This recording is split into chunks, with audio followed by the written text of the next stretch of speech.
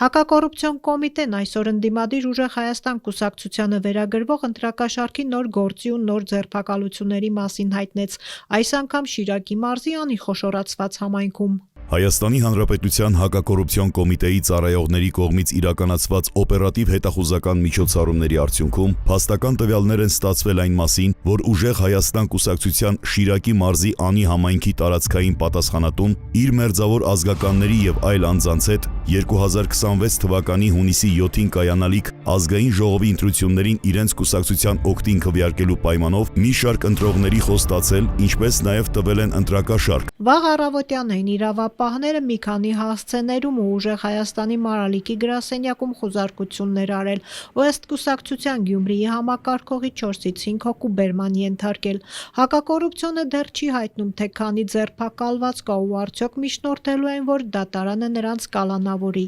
Մարալիկի գրասենյակն այսօր ազատության այցելության պահին փակ էր, իսկ մեզ հանդիպած մարալիկցիները պնդում էին, թե չգիտեն ում են ձերբակալել։ Ենթադրվում է, որ գրասենյակի պատասխանատուն Թաթուլ Բուլոյանը ձերբակալվածներից մեկն է։ Նա հարևան Քարաբերդ համայնքից է։ Թաթուլ անունը հնչում է հակակոռուպցիոնի հրապարակած գաղտնալսման մեջ։ Թաթուլ լսել է, հա։ Իրավապահները պնդում են, թե ուժեղ Հայաստանի տարածքային պատասխանատուն իրենց կուսակցության օգտին քվեարկելու պայմանով մի շարք ընտրողների ընտրակաշառք է տվել, գումարն էլ որպես աշխատավարձ ներկայացրել մարդկանց տարածքային գրասենյակներում պատասխանատու կամ ակտիվիստ ձևակերպելով։ Նշվում է նաև, որ ուժեղ Հայաստանի ներկայացուցիչը քրեական հեղինակության անունից սպառնալիքներ է տվել, եթե մարդիկ իրենց պահանջին չենթարկվեն։ Երեկ հրավիրած ասուլիսում ուժեղ Հայաստանի ղեկավար Սամվել Կարապետյանը հերքել էր ընտրակաշառք բաժանելու մասին իրավապահների պնդումները։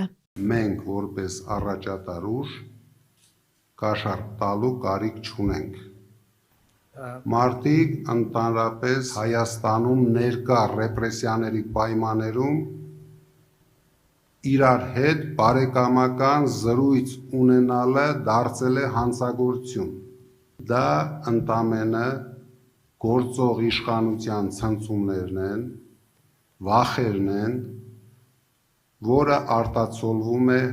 այդպիսի տեսքով։ Հակակոռուպցիոն կոմիտեում ուժեղ Հայաստանի անդամների ու աջակիցների նկատմամբ փետրվարից մինչև այսօր 7 առանձին քրեական վարույթ է հարուցվել։ Ընտրակաշառք բաժանելու, բարեգործության արգելքը խախտելու, հավաքին մասնակցությունը հարկադրելու հոդվածներով։ Պատգամավորի թեկնածու Գոհար Մելոյանը իշխանություններին է մեղադրում, թե իրենց աջակիցներին ու կուսակիցներին ձերբակալելով փորձում են վախի մթնոլորտ ստեղծել։ Ըստ նրա, արդեն 200-ից ավելի մարդ է բերման ենթարկվել։ Ընտրական ծիրում անընդհատ մեր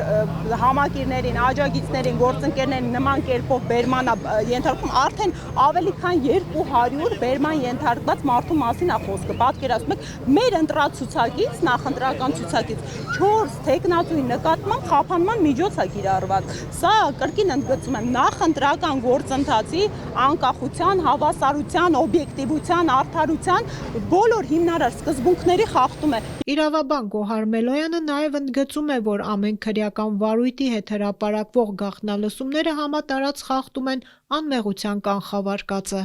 Ով է հաստատել, որ այս ձայնագրությունները հավաստի են։ Ով է հաստատել, որ այդ ձայնագրությունների մեջի մարդիկ մեզ հետ առնչելի մարդիկ են։ Ով է հերքել, որ հնարավոր է ինչ-որ սադրիչներ են կազմակերպել այդ ձայնագրությունները։ Ուր է մնացել անմեղության կանխավարկածը։ Իշխանությունները հերքում են, թե իրավապահների վրա ընդդիմադիրների դեմ հարուցվող այս գործերով որևէ ազդեցություն ունեն։ Միաժամանակ ԿՊԱ-ականները իրենց էջերում հաճախ տարածում են գաղտնալսումները, ընդդիմությանը մեղադրելով ընտրակեղծիքների մեջ։ Այս գործերը դատարան դեռ չեն հասել, այսինքն վճիռներ դեռ չկան, իսկ մեղադրյալները հերքում են, թե օրենք են խախտել։